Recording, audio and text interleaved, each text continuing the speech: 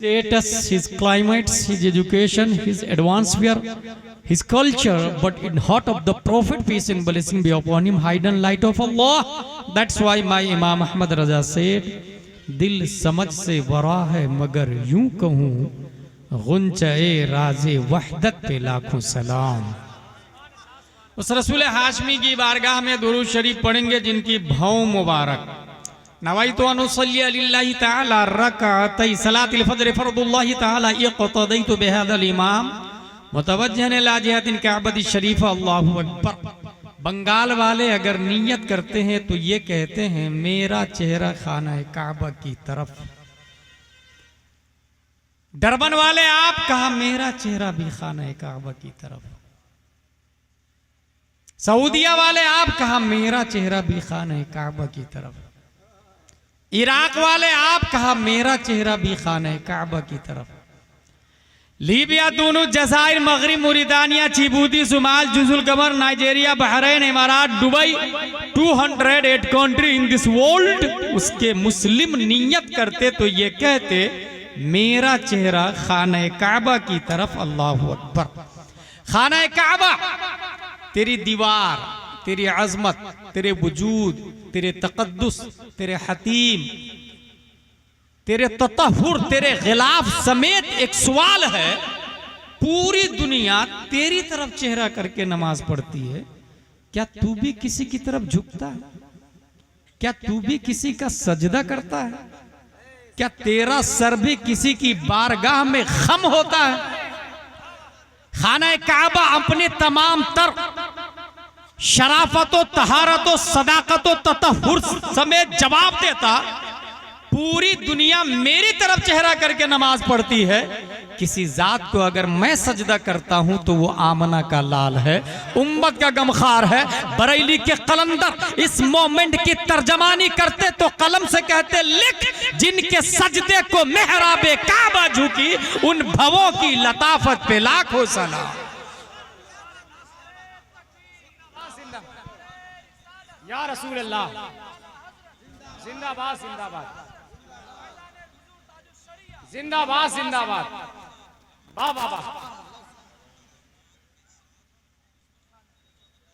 देखिए टेबल कैसा ला रहे हैं, देखिए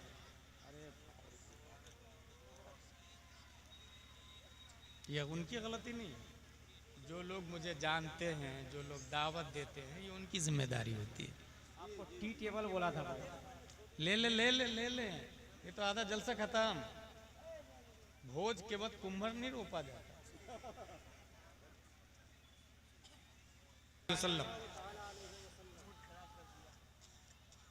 बहुत आसान गुफ्तगू होगी और गुफ्तगू का नाम है टर्निंग एप्पल। वो सेब जिससे तारीख पलटती है, जमाना मोड़ लेता है। टर्निंग एप्पल हेडिंग है इसकी। आसान कितना है? 19वीं सदी ईस्वी के लास्ट में इंग्लिश डिक्शनरी में एक सेंटेंस ऐड किया गया था और वो सेंटेंस ये था, an apple of day keeps the doctor away. Daily अगर आप एक एप्पल खाते हैं डॉक्टर से महफूज रहेंगे। ये एक कॉमन एप्पल है जिसको हर शख्स इस्तेमाल कर सकता है। ऐसे भी खाते समय पेट को 3 हिस्सों में बांटना चाहिए। एक में खाना, दूसरे में पानी, तीसरा ऑक्सीजन और कार्बन डाइऑक्साइड के लिए खाली छोड़ना चाहिए। यूं भी वो डॉक्टर से महफूज रहेगा। ये निजामे मुस्तफा है। एक एप्पल की बात हो गई, अब दूसरा एप्पल। 1942 ईस्वी में एक साइंटिस्ट पैदा हुआ जिसका नाम है न्यूटन। वो साइंटिस्ट गार्डन में वॉकिंग कर रहा था। सडनली APPLE एप्पल उसके सर पे गिरा। He thought, why it fallen straight down rather than left, right, back, front? ये सीधा सीधा एप्पल नीचे क्यों गिरा? उधर नहीं गया, उधर नहीं गया, उधर नहीं गया, ऊपर नहीं गिरा, नीचे क्यों आया? मेहनत और मशक्कत से चंद सालों के बाद पूरी दुनिया में एक नजरिया दिया। टर्निंग एप्पल, नाम याद रखिएगा। उस एप्पल ने दुनिया को एक नया मोड़ दिया, तारीख नई दी। न्यूटन साइंटिस्ट ने कहा जमीन के अंदर ग्रेविटी है, कशिते थिकल है, theory of Newton, that's why has been father of science. Nobel prize का मालिक हुआ, ऑक्सफोर्ड और कैम्ब्रिज और बड़ी बड़ी यूनिवर्सिटीज में उसकी थ्योरी को पढ़ाया जाने लगा। फॉर एग्जाम्पल ग्रेविटी क्या है? जमीन से आप मिट्टी उठा के ऊपर फेंके, वो रिटर्न मिट्टी जमीन में आ जाती है, ऊपर की तरफ नहीं जाती। जमीन के अंदर ग्रेविटी है, कशिते थिकल है। ये भी एक बात ध्यान में रखें, आपकी ताकत जब तक उस पत्थर और मिट्टी में मुअस्सिर होगी वो पत्थर प्रवास करता रहेगा। ताकत खत्म, जमीन की ताकत उसे अपनी तरफ खींच लेगी। आपकी ताकत जब तक है वो मुअस्सिर है, जहां आपकी ताकत खत्म, जमीन की ताकत खींचना शुरू कर देती है। यहीं से ये भी समझ लें कि जो इंसान इस गांव में रहता है, गांव का नाम है पचगाछी, बड़ा होके IAS IPS कलेक्टर बैरिस्टर बना, बड़े बड़े शहरों में चला गया, और अगर साइंटिस्ट बना, अमेरिका ने हाई फाई सैलरी देके अपनी आगोश में ले लिया। 5 साल 10 साल, सडनली इनसाइड ही स्टार्टेड क्राई, वो रोना शुरू कर दिया। Hey bro, why are you crying? You have everything, luxury life, VVIP, AC, biggest climates, atmosphere, salary, why are you crying? तू रो क्यों रहा भाई? का पचगाछिया की याद आ रही है। ग्रेविटी, कशिते थिकल, जहां की मिट्टी से वो बना है ना, वो उसे अपनी तरफ खींच रही है, कशिते थिकल है। सब कुछ है। अच्छा, यहां लाइट ना हो तभी मजा आ रहा, क्योंकि गलियां याद आ रही, नदियां याद आ रही, झाड़ याद आ रहे, पौधे याद आ रहे हैं, नानी दादियां याद आ रही है, वो नंगौटिया यार याद आ रहा है उसको, वो बचपना याद आ रहा है, वो पौधे पे चढ़ना याद आ रहा है, वो तितलियां पकड़ना याद आ रहा है, वो बच्चों के साथ खेलना याद आ रहा है। सब कुछ है मगर रो रहा है। ग्रेविटी, कशिते थिकल। जानवर, देहातों में जो लोग जानवर चराने के लिए जाते हैं, बैलगाड़ी, उसे बैलगाड़ी को अगर मार्केट में ले जाना हो तो गाड़ी में जोत दे और रास्ता बताना पड़ेगा। जहां जहां का रास्ता बताएंगे बैलगाड़ी ले जाएगा, आपको बैल ले जाएगा।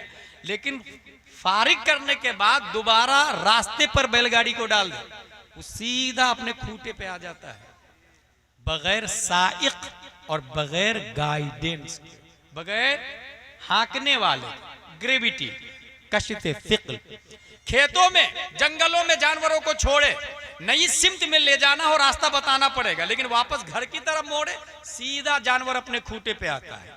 ग्रेविटी, कशिते थिकल। यहीं से मुझे एक सवाल पैदा हुआ मेरे दिमाग में, हुजूर सल्लल्लाहु अलैहि वसल्लम का नेटिव पैलेस क्या है? हुजूर सल्लल्लाहु अलैहि वसल्लम का वतन असली क्या है? हुजूर सल्लल्लाहु अलैहि वसल्लम की बॉडी में ग्रेविटी और कशिते थिकल कहां की है? अगर कोई शख्स ये कहता है कि नबी की बॉडी में ग्रेविटी मक्के की है, मैं नहीं मानता, क्योंकि मक्का बाद में पैदा हुआ, नबी पहले आ चुके थे। अगर कोई कहता है नबी का नेटिव पैलेस मदीना है, मैं इसे भी रिजेक्ट करता, क्योंकि मदीना बाद में बना, नबी पहले पैदा हो चुके हैं। अगर कोई कहता है नबी का वतन असली जन्नत है, मैं इसे भी नहीं मानता, क्योंकि जन्नत बाद में बनी, नबी पहले पैदा हो चुके हैं। अगर कोई कहता है नबी का वतन असली अर्श आजम है, मैं इसे भी रिजेक्ट करता, क्योंकि अर्श आजम बाद में बना, नबी पहले पैदा हो चुके हैं। तो सवाल यह है, नबी की बॉडी में ग्रेविटी कहां की है?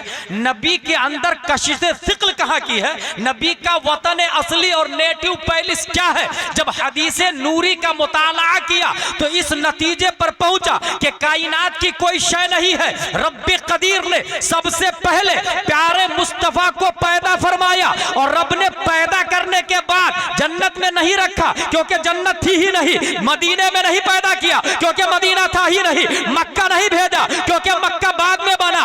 नबी को पैदा करने के बाद रब ने अपने कुर्बे खास में रख लिया, कुर्बे मौला।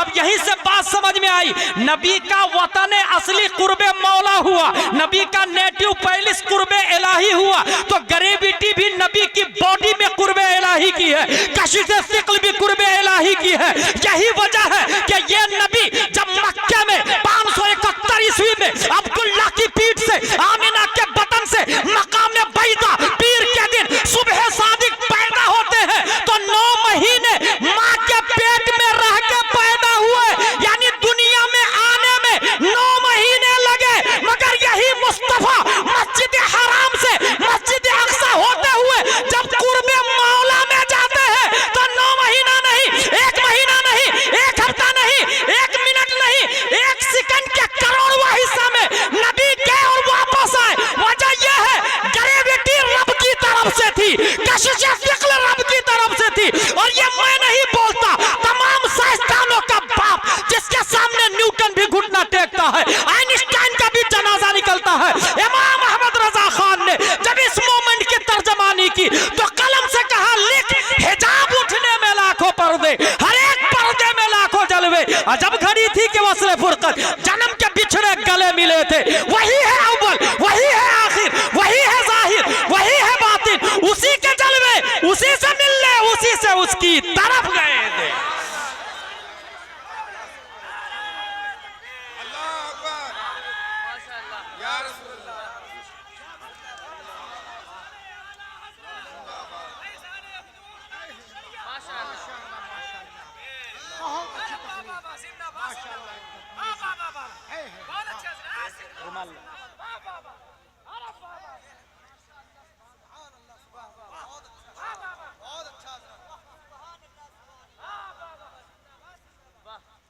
वतने असली कुर्बे मौला।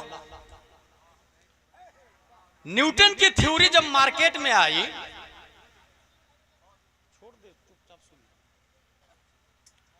नबी की थ्योरी, न्यूटन की थ्योरी जब मार्केट में आई,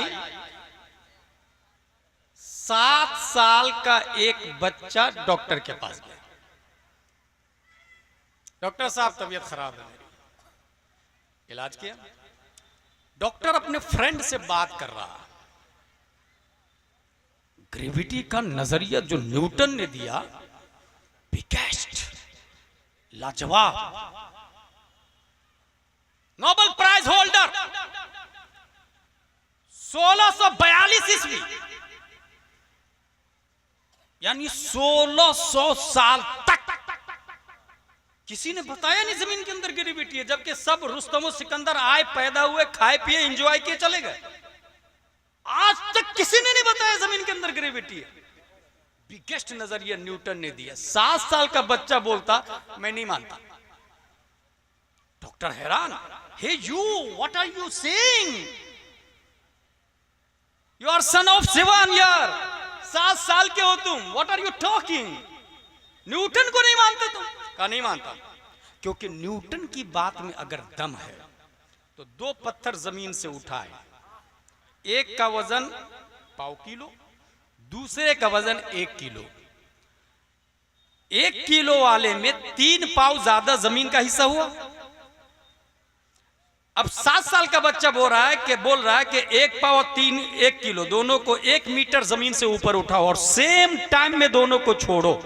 अगर न्यूटन की बात सही है तो 1.5 किलो वाले को फास्टली जमीन पे गिरना चाहिए और 1 किलो वाले को सलौली, क्योंकि 3 पाव जो जमीन का मादा उसके अंदर ज्यादा है, वो भी तो जमीन को अपनी तरफ खींचेगा।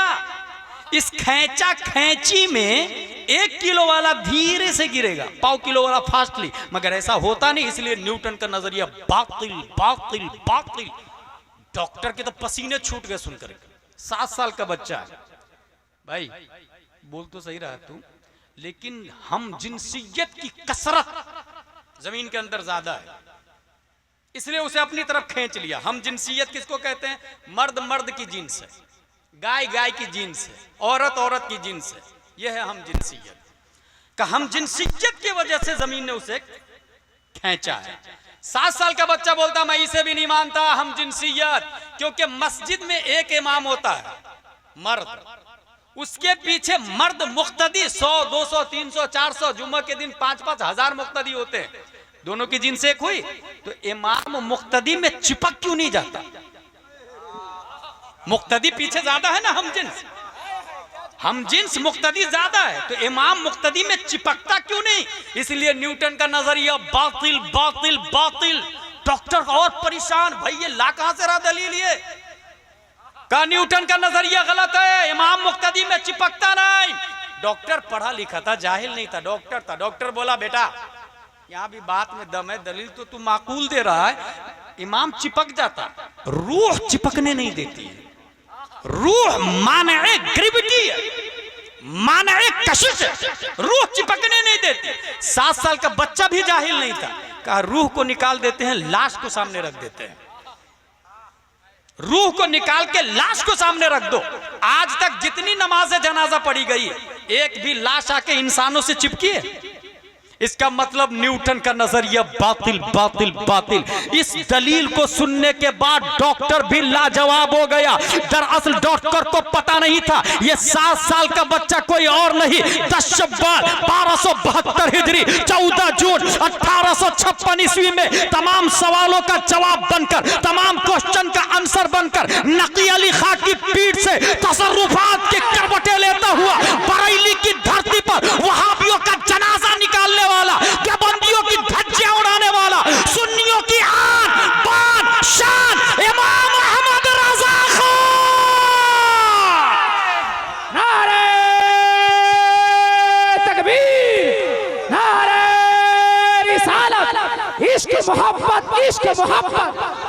बोले बोले बोले, इश्क मोहब्बत, इश्क मोहब्बत, इश्क मोहब्बत, इश्क मोहब्बत, इश्क मोहब्बत, इश्क मोहब्बत।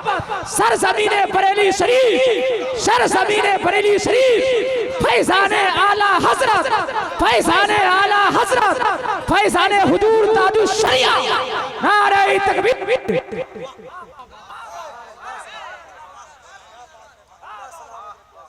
याद रखिएगा, आला हजरत ने सिर्फ और सिर्फ वहाबी देवबंदी का चेहरा बेनकाब नहीं किया है, न्यूटन का भी जनाजा निकाला है इमाम अहमद रजा खान ने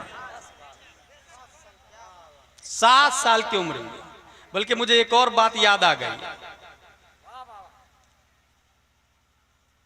1856 ईस्वी में एक साइंटिस्ट पैदा होता है ऑस्ट्रेलिया में, not Australia, Australia, Vienna university में पढ़ाई करता है।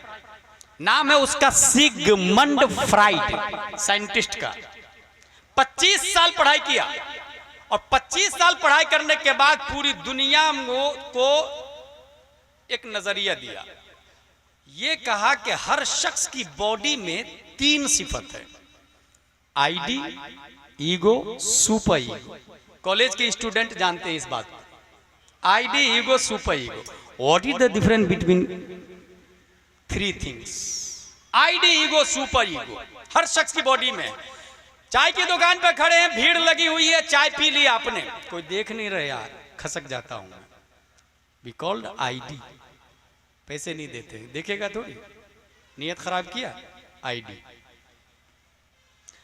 कुछ दूर चलने के बाद सोचा यार ये तो हराम है, चाय वाले का 10 रुपया खा करके मैं क्या कर लूंगा भाई, चल वापस कर देते। अगर वापस नहीं किया यह ईगो, और वापस कर दिया यह सुपर ईगो। ये 3 सिफतें हैं इंसान के बदन में, हर शख्स के बदन में। किसने दिया ये? Sigmund Freud, Nobel prize holder हुआ, दुनिया के साइंसदानों की लिस्ट में उसका नाम आ गया। पढ़ाई कितने साल किया है? 25 साल। कहां पढ़ाई किया? Vienna university. याद रखिएगा ये यूनिवर्सिटी वही है जहां हिटलर पढ़ने गया था और फेल हो गया था, क्योंकि वो लड़ाकू था, पढ़ाकू नहीं था। हिटलर उसी यूनिवर्सिटी में फेल हुआ है। 25 साल पढ़ाई किया उसने, दुनिया को नजरिया दिया, आईडी, ईगो, सुपर ईगो। आपको हैरत होगी, ठीक उसी सन 1856 ईस्वी में अल्लाह ने भारत में एक साइंटिस्ट को पैदा किया। 1856 ईस्वी में, ठीक उसी साल भारत में साइंटिस्ट को पैदा किया। और वो भारत का साइंटिस्ट वियना यूनिवर्सिटी में 25 साल पढ़ने नहीं गया, बल्कि किसी convent, saint Pius, saint Joseph, little flower, Christian missionary, Oxford कहीं गया ही नहीं।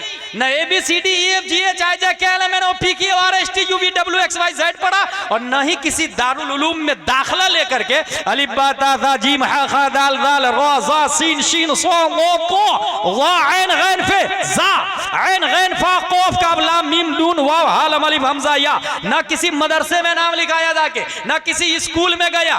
2.5 साल की उम्र है, सामने से तवाइफ की जमात गुजर रही थी। 2.5 साल का बच्चा अपना लंबा कुर्ता उठाता है और आंखों को छुपा लेता है। तवाइफ मुस्कुराने लगी, वाह रे मियां, जिसे छुपाना चाहिए उसे खोल दिया और जिसे खुला रहने देना था उसे छुपा लिया तुमने। 2.5 साल का बच्चा जवाब देता है, खातून सुनो, पहले नजर बहकती है, तब दिल बहकता है, तब पांव खता करते हैं।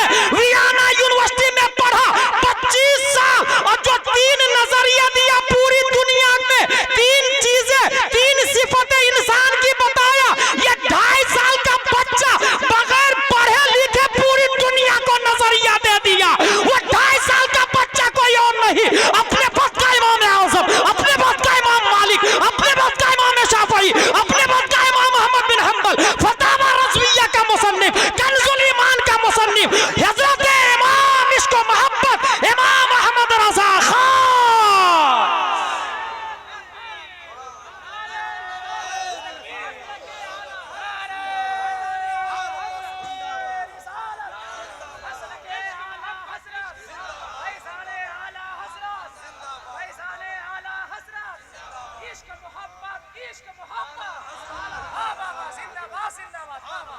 जिस किताब से मैं बोल रहा हूं उसका नाम है द साइंटिफिक वर्क ऑफ इमाम अहमद रजा।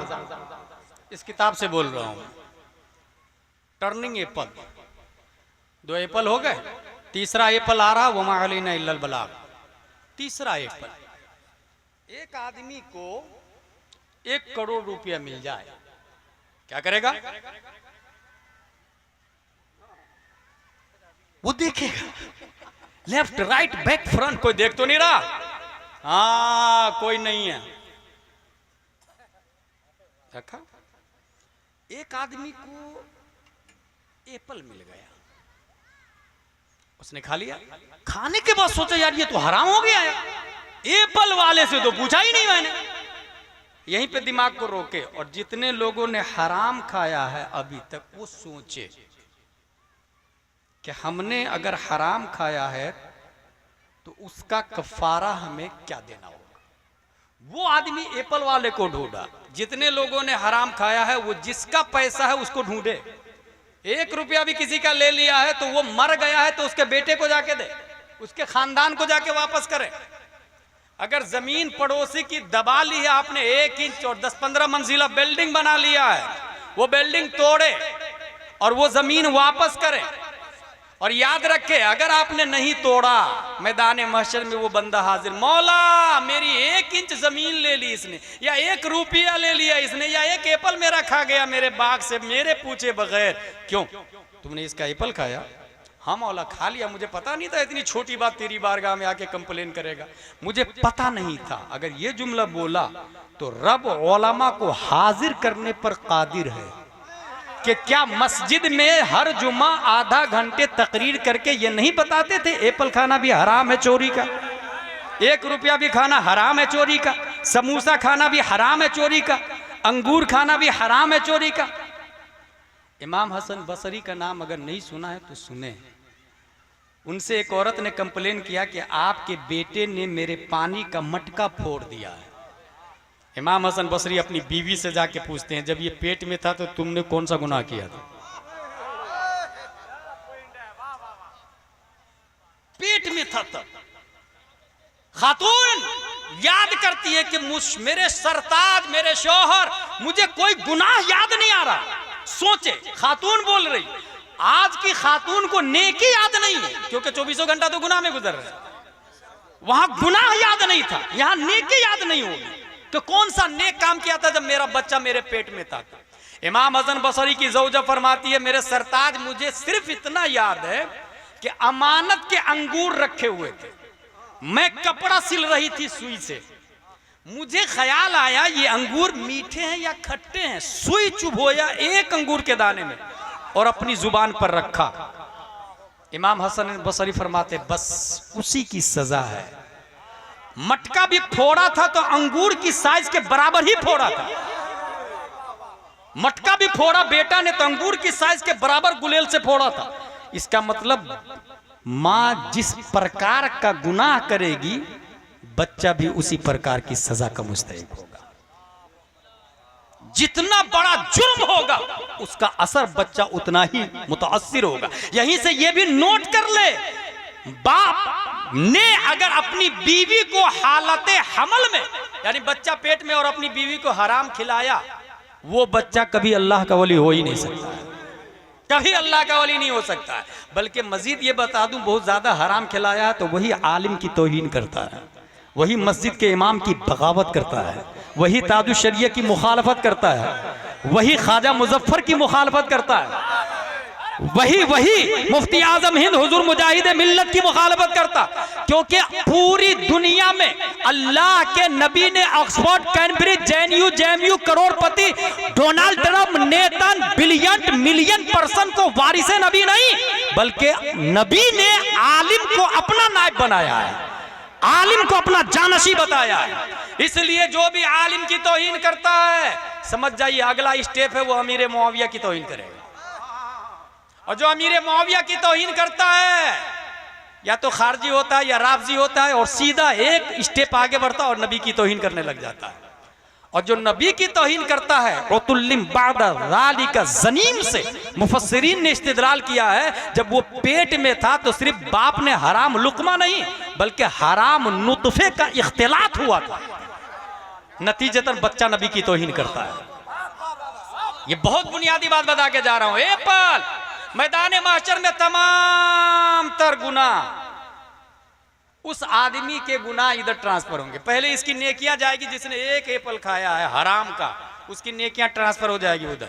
बहाना काम देगा नहीं, क्योंकि हर जुमा आलिम साहब अच्छी तकरीर करते हैं, मुझसे अच्छी करते हैं। मैं एक तकरीर कई शहर में कर लेता हूं माकूल नजराना लेकर के, और यही लोग देते हैं जो मुझे अभी आप मेरे सामने जो लोग हैं, और यही लोग जुमा में तकरीर सुनने के बाद 50 रुपया इमाम से मुसाफा करने को तैयार नहीं है। क्या साइकोलॉजी है, कहां जा रहे हैं, क्या कॉन्सेप्ट है, किस चाल में फंसे हैं, किस जाल में उलझे हैं। रस्मों रिवाज पे रोए आप जरा कभी कभी तनाई में बैठ के कि क्या हो रहा है। हमसे अच्छी तकरीर मैं दावे के साथ कहता हूं, क्योंकि मैं हर जुमा आपकी मस्जिद में थोड़ी रहता, हर रोजाना आपके शहर में थोड़ी रहता, लेकिन इमाम साहब तो रोजाना आप ही के शहर में रहते हैं। पब्लिक सेम होती है इसलिए तकरीर बदलनी पड़ती है। इसलिए हर जुमा को जुमा में तकरीर से पहले जाए और 50-100 रुपया का मुसाफा जरूर करे, और महीने में एक बार आलिम साहब की दावत घर पे करे। नहीं पूरा खाना तो सिर्फ चाय पे बुलाए, औरतों को पर्दे में रखे, मर्द बाहर रहें, और अपनी बीवी और बच्चों को बताए कि ये तुम्हारे भी गुरु है और तुम्हारे शौहर के भी गुरु और बाप के भी गुरु है, क्योंकि नबी के नाइब है। और जिस घर में आलिम की आमदो रफ्त होगी उस घर की बेटी कभी आरएसएस के साथ भागेगी नहीं। ये हकीकत बता रहा हूं। जो लड़कियां भागी है वो सब पढ़ी लिखी थी मगर दीन से दूर थी, उलमा से दूर थी, खुद अपने आप को educated person, very good culture holder समझ रही थी अपने आप, गई काम से। बच्चे हरामी होंगे, काफिर होंगे, मुर्तद होंगे वगैरह वगैरह। इसलिए जिसने हराम का एप्पल खाया उसकी नेकियां ट्रांसफर होगी। जिसका एप्पल है उससे पूछा जाएगा एप्पल वाले से, बाग वाले से, भाई तू राजी हो गया? ना राजी नहीं। जानते फिर क्या होगा? उसके गुनाह ट्रांसफर होंगे इधर। किधर ट्रांसफर होंगे? जिसने एप्पल खाया है। अच्छा, इसकी नेकियां तो गई। नेकियां कहाँ की थी? यही रोजा, नमाज, जुमा कभी कभी पढ़ा था, जो भी नेकियां थी। अच्छा, कुछ लोग करोड़पति होते हैं और वो ये सोचते हैं कि मैं तो 50 उम्रा कर लिया हूं, तो एक एप्पल हराम का खा लिया तो क्या हो गया। इसलिए मसला सुने, 50 उम्रा नहीं, 100 हज भी कर ले, जब तक वो हराम का एप्पल वापस नहीं करेंगे उस गुनाह का कफारा कोई हज नहीं कर सकता, कोई उम्रा नहीं कर सकता। 11 देग रोजाना 11वीं शरीफ में गरीबों को खिलाए, वो 1 इंच हराम की जमीन जब तक वापस नहीं करेंगे गौसे आजम बख्शवाने वाले नहीं है। ये बंदे का हक है। फतावा रज़विया शरीफ में लिखा है जब तक बंदे का हक नहीं अदा करेगा हज उसके गुनाहों का कफारा नहीं हो सकता। ये ऐसे ही है जैसे हाथ में गोबर ले लिया आपने और फिर नहा रहे हैं 10-15 बाल्टी नहीं 100 बाल्टी से नहाए, पाक होंगे क्या? गोबर छोड़ना पड़ेगा पहले। कुआं के अंदर कुत्ता गिर के मरा हुआ है, 200 बाल्टी पानी है कुआं के अंदर, पूरा 200 बाल्टी पानी निकाल दिया, फिर नया 200 बाल्टी डाला, क्या कुआं पाक होगा? नहीं, पहले कुत्ते को निकालना पड़ेगा भाई साहब। इसलिए वो हराम का एप्पल वापस करना होगा, वो 1 इंच जमीन वापस करनी होगी, फिर हज करे तब गुंबद खजरा से आवाज आएगी मनज़ारा कब्री वजबत लहू शफाअती। एप्पल खाया यार, ये हराम का है कि हलाल का? चलो तो ढूंढता हूं मैं एप्पल वाले को, ढूंढते ढूंढते गार्डन मिल गया। बाग वाले भाई साहब मैंने आपका एप्पल खाया है, माफ कर दीजिए ना। नहीं माफ करूंगा मैं, तूने एप्पल खाया सजा भुगतनी पड़ेगी। हुजूर क्या सजा होगी? कहा मेरे पास तुम्हारे लिए एक माकूल सजा है। कहा हुजूर क्या सजा है? कहा अंधी लंगड़ी लूली बहरी गूंगी लड़की है, उससे शादी कर तब एप्पल की सजा माफ करूंगा। उसने सोचा एप्पल खाने वाले ने अगर ये माफ नहीं किया तो जहन्नम में जाऊंगा, और अगर इस अंधी लड़की को ले लेता हूं निकाह में तो बदले में हूर मिलेगी, बदले में हूर मिलेगी। और अगर क्योंकि एप्पल की सजा माफ हो जाएगी, और एप्पल की सजा माफ नहीं हुई तो हूर से भी महरूम, जहन्नम में भी जाऊंगा। इसलिए कहा ठीक है मंजूर है, अंधी लंगड़ी लूली लड़की से मैं निकाह करूंगा, एप्पल माफ कर दीजिएगा? कहा हाँ माफ कर दूंगा। माफ हो गई, एप्पल की सजा माफ, कबूल है कबूल है कबूल है। अंधी लंगड़ी लूली लड़की से निकाह हो गया। जब सुहाग रात में गए तो देखा खूबसूरत लड़की, आंख का नाक हाथ पांव वाली, फौरन उल्टे पांव वापस। हजरत हजरत हजरत आपने जो लड़की बताई थी अंदर वो नहीं है। कहा वही है। कहा वो नहीं है हुजूर, आपने जो कहा था वो नहीं है। कहा मैंने क्या कहा था? कहा आपने कहा था अंधी है, वो अंधी नहीं आंख वाली है। कहा अंधी इसलिए कहा था कि कभी उसने गैर मर्द को देखा ही नहीं।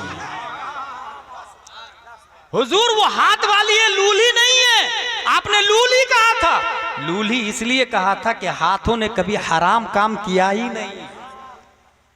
हुजूर आपने गूंगी कहा था, वो तो बोल रही है। गूंगी इसलिए कहा था कि कभी जुबान ने हराम बोला ही नहीं।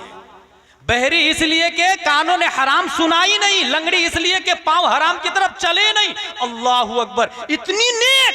यहीं से पता चला अपनी बेटी को अंधी बनाए, लंगड़ी बनाए, लूली बनाए, बहरी बनाए, गूंगी बनाए। शादी हो गई, चंद महीनों के बाद बेशारत उज़्मा, चंद सालों के बाद एक बच्चा पेट में परवान चढ़ने लग जाता है, और जब बच्चा विलादत के करीब है तो उसके ख्वाब में, किसके ख्वाब में? जिसने एप्पल की माफी मांगी थी उसके ख्वाब में हजरत आदम अलैहिस्सलाम आए, हजरत नूह अलैहिस्सलाम है, हजरत मूसा अलैहिस्सलाम है, हजरत ज़करिया अलैहिस्सलाम है। यही नहीं, हजरत अबू बकर सिद्दीक है, हजरत फारूक आजम है, हजरत उस्मान गनी है, हजरत अली है। सिर्फ यही नहीं, इन सितारों के बीच में साहिब गुंबद खदरा है, साहिब काबा कौसैन है, प्यारे मुस्तफा है, और उनको बिशारत दे रहे हैं या अबा सालेह इन्नल्लाह आताका इब्नन हुवा वलिय्यी व वलिय्युल्लाह व महबूबी व महबूबुल्लाह व सयकूनु लहु शानुन फिल औलिया कशानी बैनल अंबिया व रसूल। ए अबू सालेह, तुम्हारे यहाँ जो बच्चा पैदा हो रहा है वो मेरा भी वली है, अल्लाह का भी वली है, वो मेरा भी महबूब है, अल्लाह का भी महबूब है। उस एप्पल माफी मांगने वाले का नाम शेख अबू सालेह है, अंधी लंगड़ी लूली बहरी लड़की का नाम उम्मुल खैर फातिमा है। इन दोनों के पेट से जो बच्चा पैदा हुआ, पीरों के पीर, रोशन ज़मीर, सैयदना, सनदना, दलीलना, हुज्जतना, गौसना, गयासना, मुगीसना हुजूर शेख अब्दुल कादिर जीलानी है।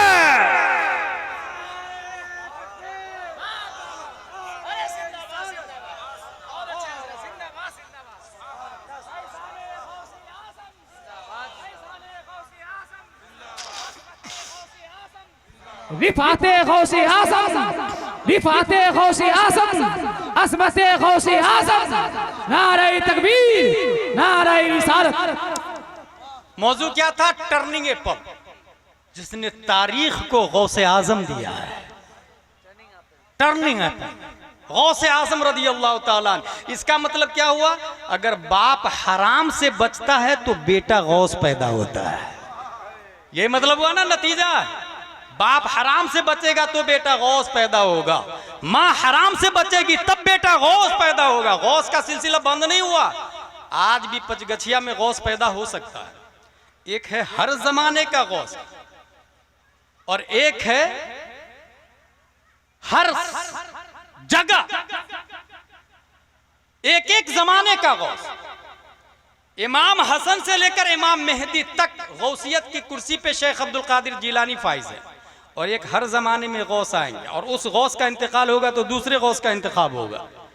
और ये भी याद रखें, क़यामत तक जितने अब्दाल हैं, कुतुब है, गौस है, किसको कहाँ पे रखना, भेजना, ट्रांसफर करना, माजूल करना, ये सब जिम्मेदारी नबी ने गौस आजम को अता फरमा दी है। इसलिए मेरे भाई, हासिल ये हुआ कि हम हराम नहीं खाएंगे, अपने बच्चों को हराम नहीं खिलाएंगे। मस्जिद में जुमा की तकरीर से पहले मस्जिद में पहुंच जाएंगे, तकरीर सुनेंगे। महीने में एक बार इमाम साहब को घर पे बुलाएंगे और अपने बच्चे को चखा वो किसी भी स्कूल में पढ़े, मदरसा में जरूर भेजेंगे। किसी भी स्कूल में पढ़ रहा लेकिन मदरसा में जरूर भेजेंगे। इमाम साहब को जो बुलाएं, यूं ही लोग कुरान खानी के लिए बुलाते हैं ना, हर फर्द कुरान खानी के लिए बुलाता। बाप का इंतकाल हुआ, दादा का इंतकाल हुआ, इमाम साहब वो मेरे दादा का इंतकाल हो गया है तो 10 पेटियां जरा इसाले सवाब के लिए मस्जिदों में पहुंचा दीजिए ना। ठीक है, ये लिखा गया पेटी पर, बराए इसाले सवाब मरहूम फुला। 10 पेटियां 10 मस्जिदों में चली गई। पढ़ा किसने? उस पेटी से पारा निकाल के पढ़ा किसने? दूसरे ने अपने बाप के नाम से दिया था तो आपने नहीं पढ़ा था। जब आप अपने बाप के नाम से देंगे तो दूसरा क्यों पढ़ेगा? बेवकूफ है वो। टीट फॉर टैट, कमा तदीनो तो दान, जैसी करनी वैसी भरनी। दूसरे के बाप के नाम से आप नहीं पढ़ेंगे, वो पूरा कुरान पढ़ पढ़ के आपको देगा। नतीजतन पेटी पे पेटी, पेटी पे पेटी, पेटी पे पेटी। मुतवल्ली साहब इमाम साहब से पूछते, इमाम साहब 50 पेटियां हो गई, पारे बुसीदे हो गए, दफन कर दूं क्या? बोले हाँ दफन कर दो। गई पेटी मिट्टी के नीचे। ये क्यों हुआ? खुद ही मुफ्ती बन के पेटियां पहुंचा दिया था। पहले फोन लगा के पूछे इमाम साहब से किस चीज की जरूरत है मस्जिद में, मदरसे में किस चीज की जरूरत है, पहले ये पूछे। अगर जरूरत यसरनल कुरान की है और दिया पारे की पेटी, यसरनल कुरान से जो जरूरत पूरी होगी वो पारे की पेटी से नहीं होगी, पारे की पेटी से नहीं होगी। वही हो गया, दर्द हो रहा सर में और इलाज कर रहे हैं घुटना का। जिस चीज की जरूरत हो, एक बात। दूसरी बात, मदरसे के मोहतमीम साहब, हजरत 10 बच्चे को भेज दीजिएगा, कुरान शरीफ पढ़वाना है मेरे दादा के इसाले सवाब के लिए। ओके, पहली बात, वो जो सवाब आपने लिया है ना, वो भीख में लिया है।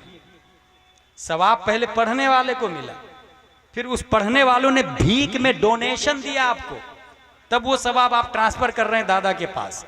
वो खुद की कमाई हुई नहीं है, भीख में मांगी हुई है। पहला पॉइंट। दूसरा पॉइंट, 10 बच्चे आए, 3-3 पारे पढ़े, एक कुरान शरीफ खत्म हो गया। है अल्लाह ताला, एक कुरान का सवाब मेरे दादा की रूह को पेश करता हूं, कबूल फरमा। बहक़ ला इलाहा इल्लल्लाह मुहम्मदुर रसूलुल्लाह सल्लल्लाहु अलैहि वसल्लम। हो गया, एक कुरान का सवाब मिला। इससे इसको बदल है।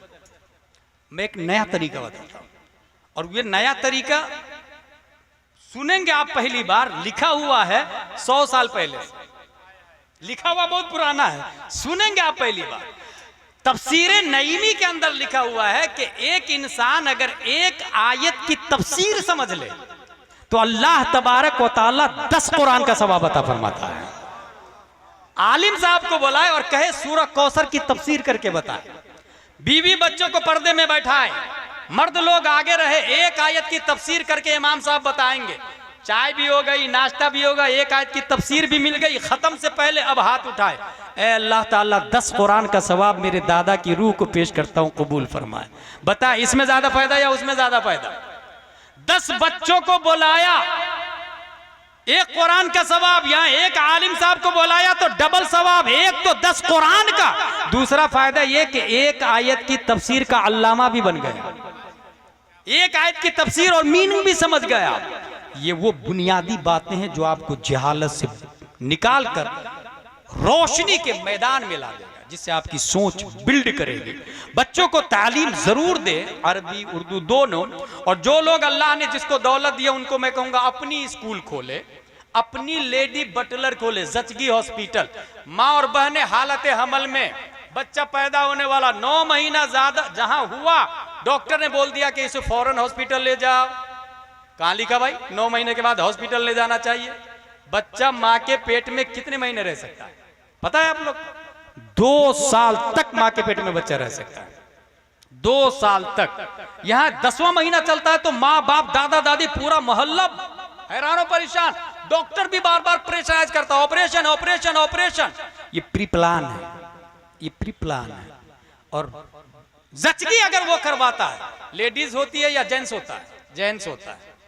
हमारी गैरत कितनी मुर्दा हो चुकी है। हमारी माँ और बहनें तवल्लुद के लिए गैर मर्द के पास जा रही है, और अमीर लोग सो रहे हैं आराम से, एफडी करवा के, बिल्डिंग बना के, खेतों में खेत खरीद करके अपनी औलाद के लिए करोड़ों का बैलेंस जमा कर रहे हैं। मगर गांव की औरतें गैर मर्दों के सामने जचगी पे मजबूर है।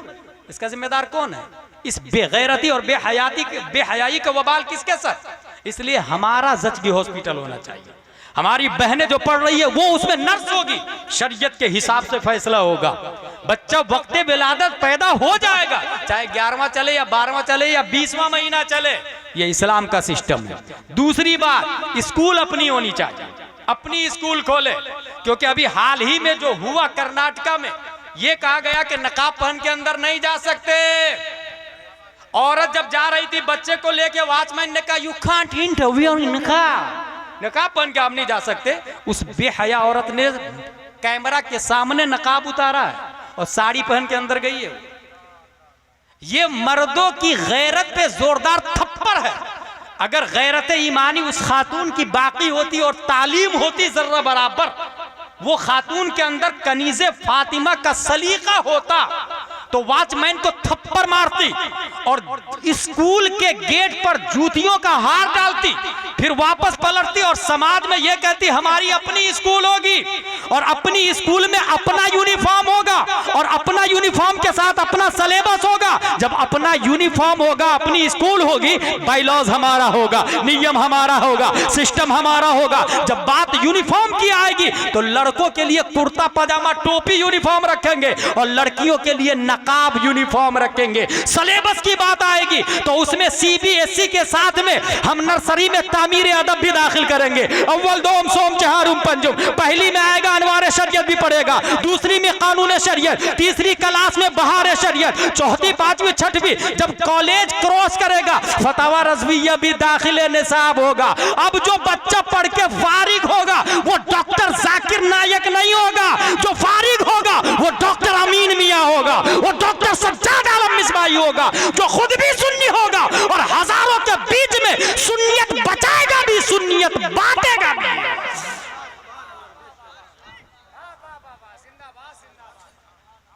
ये वो बात है जो यहां से उठने के बाद कोई ये नहीं बोलेगा अजहरी साहब ने बहुत अच्छी तकरीर की। जिसने ये बोला वो पानी फेर दिया, वो अमल करेगा, रात से ही अमल करेगा कि जुम्मा में तकरीर से पहले जाऊंगा। पैसे वाले ये सोच ले हमारी स्कूल होगी, जचगी हॉस्पिटल हमारा, लेडी बटलर हमारी होगी, वो प्लान कर ले।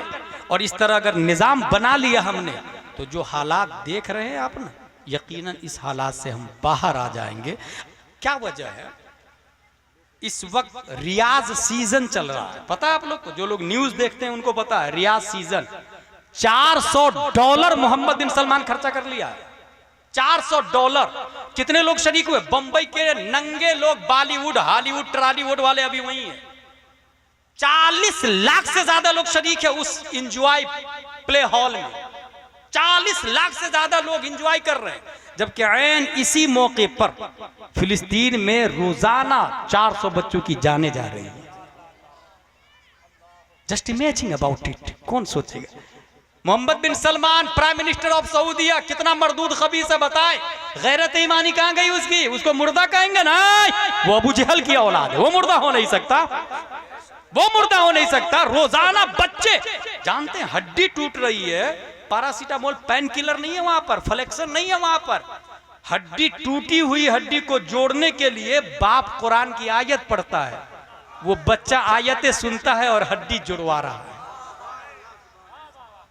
कौन सोचेगा इसके बाद, कौन तवज्जो देगा इसके बाद? चमड़ी कटी हुई है, कॉटन बैंडेज, कैल्शियम मेडिसिन, किसी चीज की फैसिलिटी नहीं है। हड्डी टूटी हुई, एक्सरा, पीओपी, किसी चीज की फैसिलिटी नहीं है वहां। कुरान की तिलावत, और क्या कुरान की तिलावत के पेन किलर का काम करती है? क्वेश्चन है, क्या ऐसा हो सकता, मुमकिन है? चले मेडिकल वाले से पूछ लेते, मेडिकल भाई साहब, क्या कुरान की तिलावत से इंसान अपने दर्द को भूल जाएगा? कुरान की तिलावत पेन किलर का काम कर सकती है? तो डॉक्टर ने जानते क्या बोला है? डॉक्टर ने बाज़ाब्ता मेडिकल की किताब में लिखा है, focus on pain free areas if you are hurting from nerve pain in the feet, concentrate on what your hands can do instead. अगर आपके हाथ में दर्द है तो पूरी तवज्जो पांव में दे दे। इस तवज्जो के बटने से हाथ के साथ क्या सुलूक किया जाएगा पता नहीं चलेगा। ये कौन बोल रहा? मेडिकल साइंस बोल रही है। कहां लिखा हुआ है? मेडिकल हिस्ट्री में। पांव के अंदर अगर कटिंग की जा रही है, हड्डी तोड़ी जा रही है, पूरी तवज्जो आप हाथ पे लगा दे, फिर पांव के साथ डॉक्टर जो भी सुलूक करे आपको पता नहीं चलेगा। अब बात समझ में आ गई। मेडिकल साइंस वाले ने तो अभी बोला है, अभी 1400 साल पहले हजरत अली रज़ियल्लाहु ताला अन्हु के जिस्म मुक़द्दस पर जब तीर लग गया, खींचा जा रहा था तो खींच नहीं रहा था, दर्द ज्यादा हो रहा था। मशवरा यह तय हुआ कि जब नमाज में चले जाए उस वक्त तीर निकाला जाएगा। सुम्मा दखल अल इमाम फी सलाह अद्दा फर्जहु सुम्मा दखल फी नवाफिल फजाअ तबीब कसरा अज़महु शक्का जिल्दहु वस्तखरजा सहमहु वयस्तमिरु अल इमाम फी सलातिही। हालत नमाज में अली है, डॉक्टर आया, चमड़ी को फाड़ा, हड्डी को तोड़ा, तीर को निकाला, मगर नमाज जारी रही क्योंकि अली ने पूरी तवज्जो कुरान की तिलावत पर लगा दी थी। तिलावत होती रही, तीर निकलता रहा, दर्द का पता नहीं चला। ये मैं नहीं, बरेली का इमाम बोलता है, काका मेरे जिगर से गमे रोजगार का यूं खींच लीजिए कि जिगर को खबर नहीं।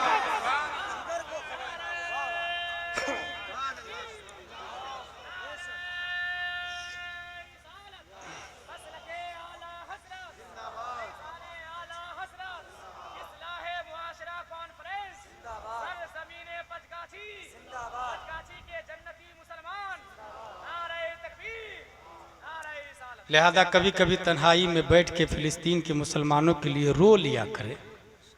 बनी आदम आजाई यके दिगरंद के दर आफरीनश जयक जौहरंद चू दर्द बजुज औरत रोजगार दिगर अजुहारा नमानत करार न तरसदा के बर उफ्तादगा न बख्शायत गर जपाए दर आयत कस नगीरत दस। मेरे भाई यहाँ इंजेक्शन लगता है तो पूरी बॉडी को फील होता कि नहीं होता? क्योंकि ये पार्ट ऑफ बॉडी है ना, हर फर्द, हर मुस्लिम पार्ट ऑफ बॉडी है। फिलिस्तीन में कोई भाई मरता है तो हमें दर्द होना चाहिए ऐसे जैसे मेरा बेटा मरा, मेरा भाई मरा। ये ट्रू इस्लाम है। और जब तक ये जज्बा बाकी था, सहाबा दुनिया में फैलते फैलते चले जा रहे। कन्नहुम बुनियानुम मरसूस का लफ्ज कुरान शरीफ में आया। सहाबा ऐसे मुत्तहिद थे कि जैसे शीशा पिलाई हुई दीवार। कन्नहुम बुनियानुम मरसूस, यूनिटी बनाए फाइटिंग के लिए। इंटरनल एजुकेशनल पैलिस को फरोग दे, मुखालफत मत करे। अपने वाली स्कूल ने तो भेज दे, ये मत कहे कि वो पैसा ले रहा है यार बहुत ज्यादा और पढ़ाई भी अच्छी नहीं करवा रहा। भाई इतना सोच लीजिएगा कि अगर क्रिश्चियन स्कूल में जाएगा तो जन गण मन अधिनायक से शुरू करेगा। यहाँ पर कम से कम मुस्तफ़ा जाने रहमत पे लाखों सलाम से क्लास की इब्तिदा होगी। रब्बे कदीर हम सबको कुरान शरीफ, हदीस शरीफ, फ़िक़्ह शरीफ पढ़ने, समझने, अमल करने की तौफ़ीक़ अता फरमाए। वमा अलैना इल्लल बलाग़। अस्सलामु अलैकुम।